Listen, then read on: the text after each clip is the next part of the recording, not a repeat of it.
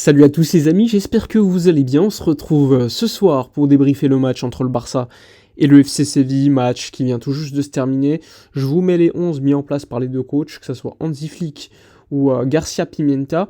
Mais juste avant, petit rappel, le Barça était donc premier du classement avant ce soir et à égalité avec le Real qui avait un match en avance suite à une victoire contre le Celta Vigo très compliquée hier. Mais bon, c'est passé pour eux. Donc ce soir, le Barça devait absolument gagner. Hansi Flick a mis en place un 11 initial qui a changé à l'échauffement, on va en parler, puisqu'en défense, pas de surprise, Baldé, Inigo Martinez, Koundé et Koubarsi. Au but, c'était, comme l'avait dit Hansi Flick en conférence de presse, Iñaki Peña, et qui sera également titulaire pour le prochain match contre le Bayern Munich également. Au milieu de terrain, à la base, ça devait être Casado, Pedri et Eric Garcia, mais comme Eric Garcia s'est blessé ou a eu ressenti une gêne à l'adducteur lors de l'échauffement, eh bien il a été remplacé numériquement et ainsi Ansu Fati a pris sa place, non pas dans le dispositif mais numériquement, et ensuite il y avait devant Rafinha, Lamine Yamal et Lewandowski. Côté FC Séville, Garcia Pimienta, ancien coach du Barça B, qui est longtemps resté à Barcelone pour former les joueurs, eh bien, a mis en place un 11 avec des joueurs qu'on connaît, que ce soit Loïc Badé, Luque Bacchio, le joueur belge également. Sinon, vous regardez Séville, ça se voit que c'est une équipe en difficulté puisqu'il n'y a plus de grandes stars. Bon, alors, tout d'abord, le dispositif a changé, comme je vous l'ai dit, puisqu'on s'est vite rendu compte que devant, c'était Ansu Fati à gauche, numéro 9, Lewandowski à droite, Lamine Yamal, et un Rafinha qui se promenait un petit peu entre les lignes, que ça soit à droite ou à gauche. Et ensuite, un Pedri qui, à la base, pouvait jouer plus haut, mais avec ce changement de dispositif, s'est retrouvé à côté, on va dire, de Casado. Donc une première mi-temps où le Barça a dominé largement, beaucoup de récupération de balles dans le camp du Barça. Néanmoins, on va dire que la première occasion, c'est le FC Séville qui va l'avoir sur une contre-attaque où c'est Luque Bacchio qui va frapper. Bon, ça passe à 1 mètre à côté des cages, mais c'est quand même une situation de contre-attaque que l'équipe de Garcia Pimienta a eu. Mais bon, globalement, ils ont eu que ça sur la première mi-temps. Le Barça a dominé et était largement tranquille. On a eu des situations où il y avait peu de mouvements lors des 10-15 premières minutes côté Barça dans le camp du FC Séville. Il y a beaucoup de monde, beaucoup de densité d'adversaires. On le voyait, beaucoup d'appels. Et ce qui va faire la diff et qui va amener le premier but du Barça, et d'ailleurs c'est sur penalty, c'est cette passe trouvée par Baldé qui va trouver un Pedri, qui va ensuite faire le décalage. Et c'est Rafinha qui va provoquer le penalty que va transformer Robert Lewandowski. Et le 1-0 va un petit peu défouler le Barça. D'ailleurs, sur le penalty, il y a un petit contact et sur la jambe de Rafinha. On ne le voit pas trop sur les ralentis donnés par la Liga. En tout cas, sur les premiers ralentis, on ne le voit pas sur les autres parce que l'angle fait que. Et ensuite, Lewandowski ne va pas se gêner et marquer le 1-0.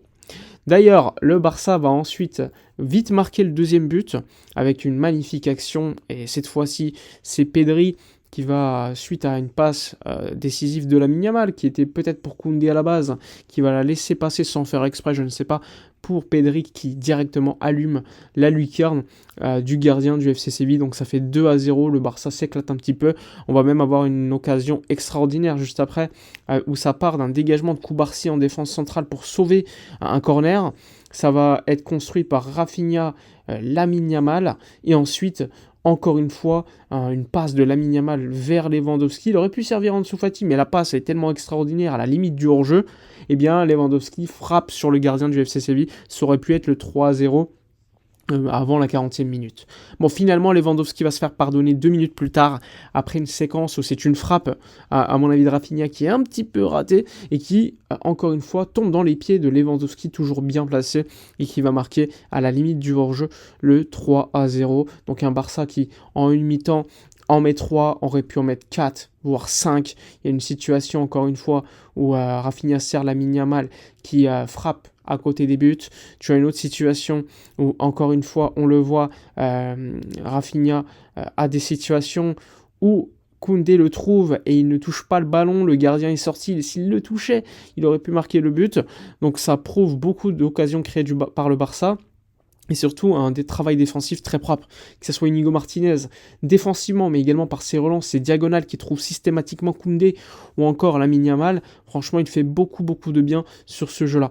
Un Pedri et un Casado qui ont été très bons, Casado qui récupère les ballons, Pedri qui est toujours excellent, toujours satisfaisant à avoir joué, donc un Barça globalement très dominant. Peut-être un petit bémol sur Ansu Fati qui certes ne fait pas une mauvaise mi-temps, mais on pouvait s'attendre à un petit peu mieux, ça se voit qu'encore physiquement il est en retard par rapport aux autres, mais globalement ça reste plutôt satisfaisant. Première mi-temps, 3-0 pour le Barça.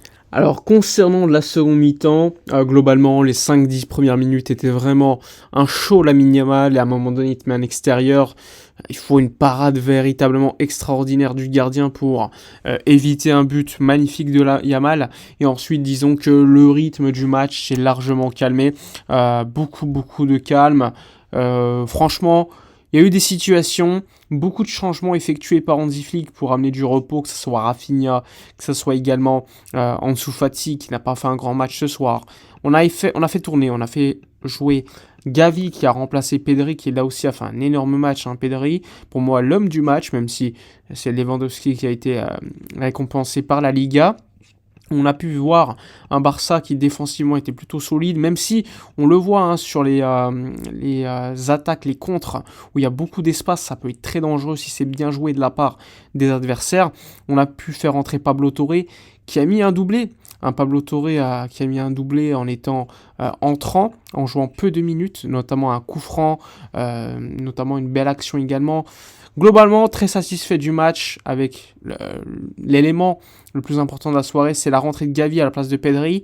On l'a vu, un premier ballon, il va au pressing, c'est assez dingue. Bon, petit point négatif, on prend un but. Et surtout, peut-être qu'on n'a pas vu Dani Olmo ni Frenkie de Jong. Moi, je voulais absolument qu'on voit Dani Olmo un petit peu pour qu'il se prépare peut-être pour jouer quelques minutes lors du match contre le Bayern. Et on n'a pas vu Frenkie qui est importantissime au milieu de terrain et surtout prendre du rythme. Prendre du rythme, c'est capital selon moi pour un joueur comme lui, surtout quand il y a des matchs comme ça qui arrivent. Bon, c'est un petit peu dommage, mais globalement, une très bonne gestion. Lamine Yamal a pu se reposer, Rafinha aussi. Donc globalement, très satisfait du match. Bref, Fermin a pu également faire une belle entrée. Il aurait pu faire une passe décisive à Pau Victor qui a choqué à un moment donné. Mais globalement, très heureux des rentrées de la gestion d'Hansi Flick au niveau des temps de jeu. Dites-moi dans les commentaires votre avis sur le match. N'hésitez pas à liker, commenter, partager. Mon MVP, pour moi, je vous l'ai dit, c'est Pedri. Je vous lirai concernant le vôtre. Je vous dis à la prochaine et d'ici là, comme d'habitude, portez-vous bien.